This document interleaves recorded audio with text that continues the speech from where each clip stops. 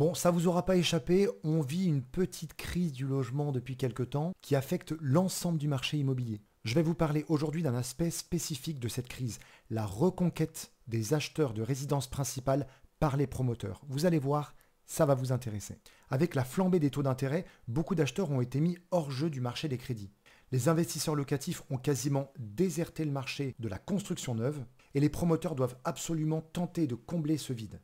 Ils se tournent massivement vers la clientèle de résidences principales, mais également et surtout des primo-accédants. Et c'est là qu'il y a une carte à jouer.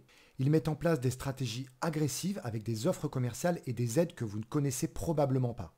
Dans cette vidéo, je vais vous expliquer comment les promoteurs ont décidé de reconquérir ce marché et tous les avantages qu'ils peuvent vous offrir si vous souhaitez devenir propriétaire. Alors si vous êtes à la recherche d'un bien immobilier, écoutez et regardez cette vidéo jusqu'au bout. Ce que je vais vous présenter pourrait bien vous aider à débloquer votre projet d'achat. Allez, c'est parti.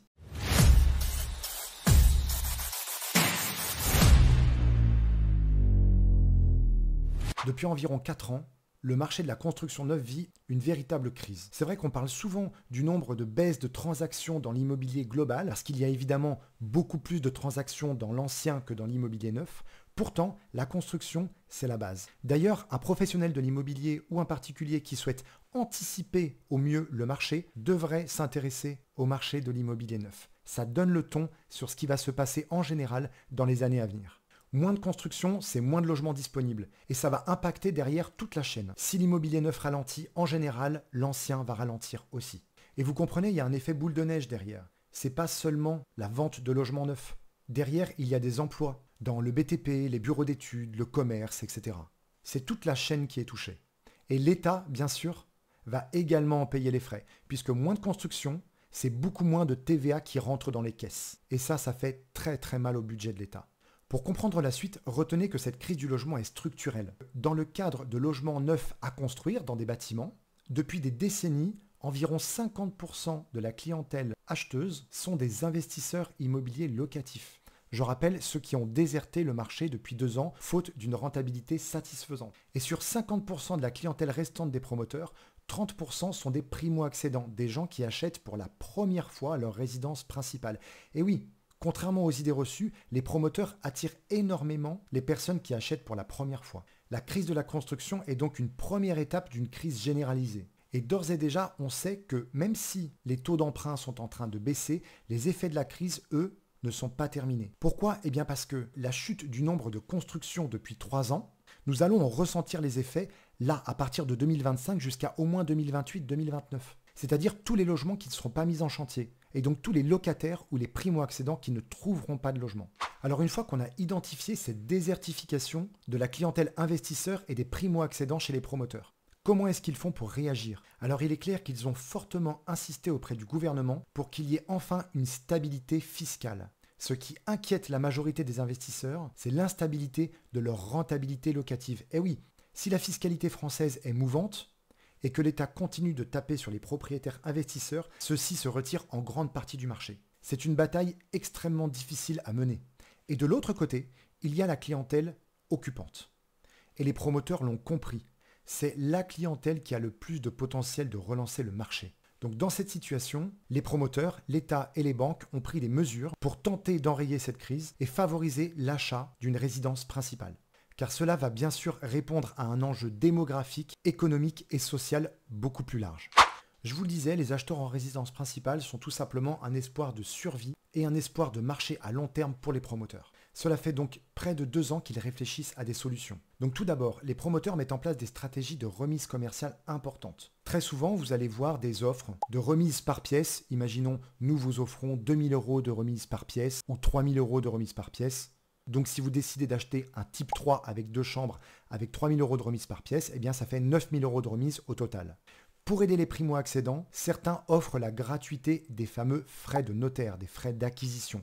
Ça permet d'acheter son bien immobilier en empruntant sans injecter trop d'apports ou tout simplement ça peut correspondre aux primo-accédants qui possèdent très peu d'apports. Aussi, l'État a largement renforcé le prêt à taux zéro en 2024. Je ne vais pas rentrer dans le détail aujourd'hui, mais comprenez que lorsque vous empruntez à des taux classiques d'environ 4% sur 25 ans aujourd'hui, si une partie de votre prêt bénéficie d'un taux zéro, ça va abaisser globalement le montant de votre crédit et donc votre mensualité.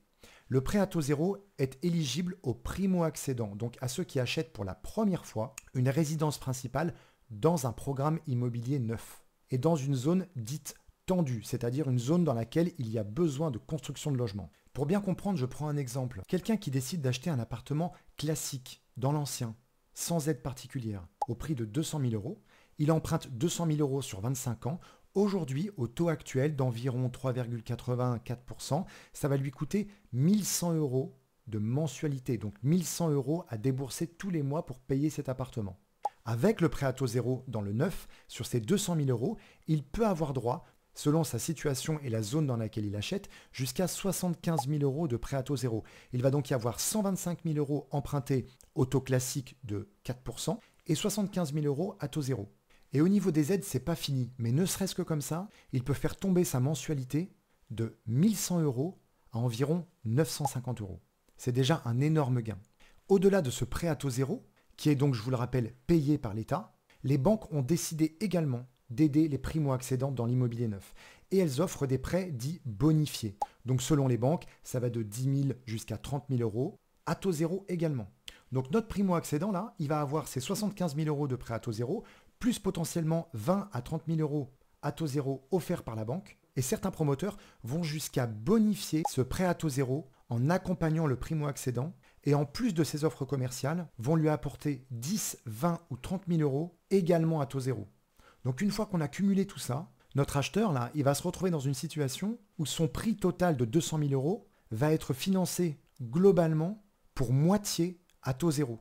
Et l'autre moitié avec un prêt classique. Sa mensualité, qui était, je vous le disais à la base, de 1100 euros, peut retomber cette fois-ci entre 800 et 850 euros. Ça veut dire que contrairement à ce qu'on pourrait penser, les primo-accédants qui n'ont pas les moyens d'acheter dans l'ancien peuvent avoir la capacité d'acheter dans l'immobilier neuf. Et là, je vous ai pris l'exemple d'un acquéreur qui resterait au même prix d'achat et qui verrait sa mensualité baisser grâce aux aides. Mais on peut aussi imaginer l'inverse, c'est-à-dire qu'au lieu de disposer d'un budget de 200 000 euros, pour une mensualité de 1100 euros, en restant sur la même mensualité, il pourrait opter pour un budget de 250 000 euros.